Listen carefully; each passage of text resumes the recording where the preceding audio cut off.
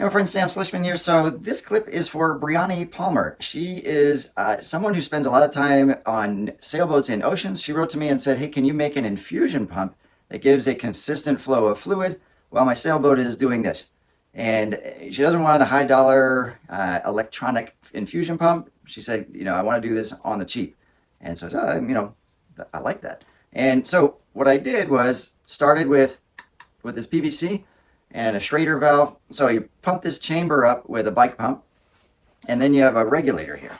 And this regulator controls the pressure of the air coming out, and then connect that to this bag here, this pressure bag. So as fluid leaves the saline bag, then air pressure increases on the other side. And the idea is to hopefully smooth out the flow of fluid as it's leaving the bag. So instead of having to pump by hand, you have this other system that smooths it out. Long story short, I failed. This is not a great solution. Maybe there are ways to improve it. Feel free. But this has led to other things for me. And like every experiment I've ever done, it has led to many more questions. It taught me that I absolutely should not be a theoretical physicist. Anytime I have some theory, I do an experiment and I prove that my theory is not exactly right. But I learn new things. So this experiment, this project has made me question tourniquet testing papers. It's made me question blood pressure.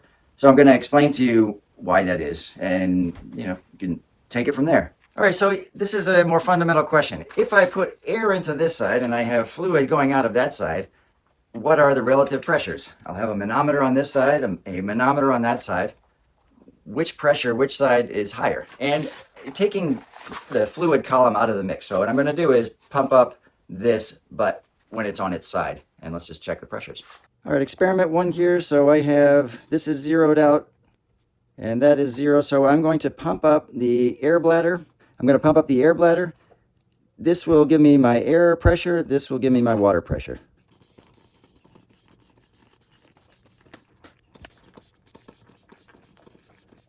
All right, this side is low 200, roughly 200. This is 250s, roughly. All right, here is a similar experiment, but a different setup. So what I have here is the same manometer.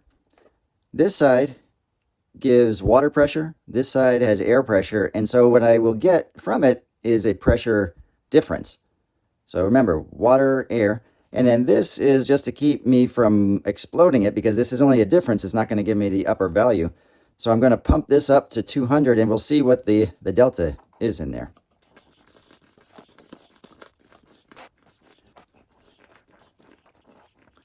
All right, I have an absolute value of 200 air pressure there. The difference is roughly 30 millimeters of mercury. If I rotate it,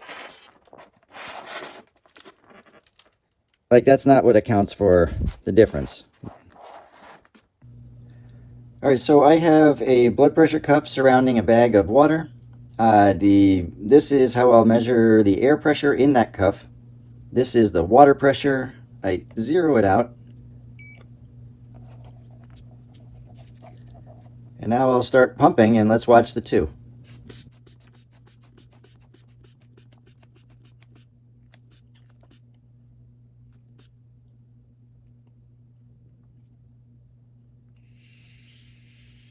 All right, so just to verify, this is the air bladder, that's the water. Pump it up, and it's getting more and more negative, which means that the air bladder side has a higher pressure. This has a higher pressure. Does the orientation of the bag matter? It doesn't seem to have any effect on, or any significant effect anyway. I mean, I can squeeze it and change the numbers, but if I lift it up like that, it's a little bit different. But that can't account for that much of a difference. All right, I have connected the air bladder to this side. The water is still connected there. I'm going to pump it up and just try to verify. Yeah, the air bladder is pumping up to a higher number. That's why it's negative there. Let's go even higher. Wow. And is it because of the orientation? Is it because it's on? I'm twisting it. It's not pressing on the ground. If I lift it upright, same thing. What is going on? All right, so let's just recap what's happened so far. When I pump up a pressure bag, the pressure I get from the bag of water is higher than the air pressure in the bag. When I surround the bag with a blood pressure cuff, the pressure in the cuff is higher than it is in the water bag. All right, so here's an additional wrinkle. In one case, you have a bag that has an air bladder next to the water. The water pressure comes out higher. In the other case, you have an air bladder surrounding a bag of water. In that case, the water pressure comes out lower. But let's bring it to humans. My limbs aren't bags of water. Sometimes it's helpful to think about math and limits. So if my limbs were lead pipes, then inside those lead pipes, they would not notice a blood pressure cuff. And so you can pump all you want, but the pressure inside is going to be the same. My limbs land somewhere between water and lead pipes, more like my silicone hams. So, what can I believe? Uh, do blood pressure cuffs give me numbers that I trust or not? I think it's helpful for relative numbers. You can see changes, but I don't think I will start a blood pressure medicine based on 3 or 4 blood pressure cuff measurements. Uh, so my world is rocked by this. Anyway, help me. All right, I'm going to try that with a different gauge just to confirm. The air pressure here is considerably higher than the water pressure there. All right, next up, I have an empty bag of air being inflated by a blood pressure cuff. Let's see what the relative pressures are. Zero it out.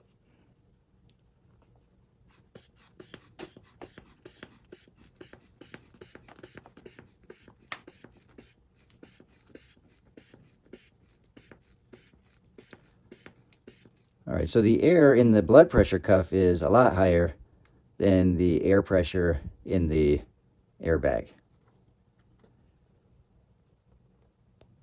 All right, now I have a full bag of water here and an empty bag of air.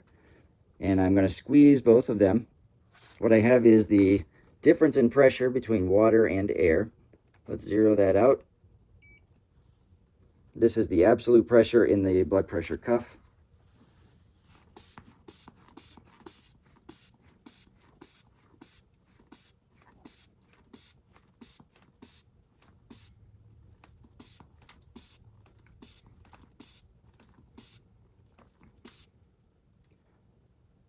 If I squeeze a water bladder and an air bladder with an air bladder, then I get 240 millimeters of mercury. The water pressure is higher than the air pressure. All right, so what to make of these numbers? I'm not quite sure. I can really just conclude one thing. I am a terrible theoretical physicist. I do these tests here, and I would like to be able to predict what the numbers are going to be, but I am failing. But I do think there are implications in medicine. So, number one, you have people getting treated for hypertension all the time. And these are medications that people take their whole lives. And if it's based on blood pressure cuffs, that makes me a little bit concerned. Because a difference in pressure of 120 millimeters of mercury to 140 millimeters of mercury, that's a water column that's roughly 27, 30 centimeters of water. It's not a big difference in pressure. And so if those numbers aren't exactly reliable, or if they are not reflective of what's going on inside of the arteries, that's maybe concerning. There's a diagnosis called essential hypertension, or it used to be called that. I think the word essential, I used to wonder about it. It's the essence of the person. Anyway, I don't think people use essential hypertension anymore. Maybe they say primary hypertension, but essentially it is you have a person who has no symptoms and their blood pressure is elevated. What's going on here? Maybe they need to be treated with medicines. And if that's me, if my doc says you have essential hypertension or primary hypertension, I'm going to say, please put in an A line because I don't believe your blood pressure cuff. So I'm not saying get rid of blood pressure cuffs, but I'm just skeptical that the air pressure on the outside really reflects the pressure in the vessels on the inside.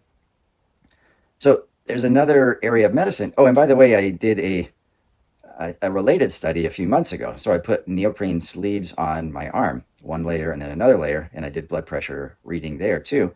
And what I found was as you have more layers, your blood pressure goes up. I don't think that means your pressure in the vessels goes up. I think it's just harder to occlude deeper arteries. That's another confounder. If you are obese, someone says you have hypertension, I would say, well, maybe can we do an A-line? I don't know. Maybe that's weird. Not sure. Another area of medicine is tourniquets. As you know, I spent a lot of time thinking about tourniquets, and articles about tourniquets regularly include uh, air bladders on the outside of limbs or cylinders. People squeeze those air bladders and infer pressures beneath. And I think if you're comparing one tourniquet with another, if you're using the same test over and over, then that makes sense, or that's potentially useful. But I don't think that the pressure in the superficial air bladder is a great representation of what's going on inside. So, what to do with all of this? I'm hoping that this will just inspire some smarter people to think about it. I'm wearing the Smarter Everyday shirt. Perhaps this will find Destin and he will give me a better answer because I'm sometimes feeling dumber every day. But Brianna Palmer, thank you for sending me down this road. Much appreciated. All the best.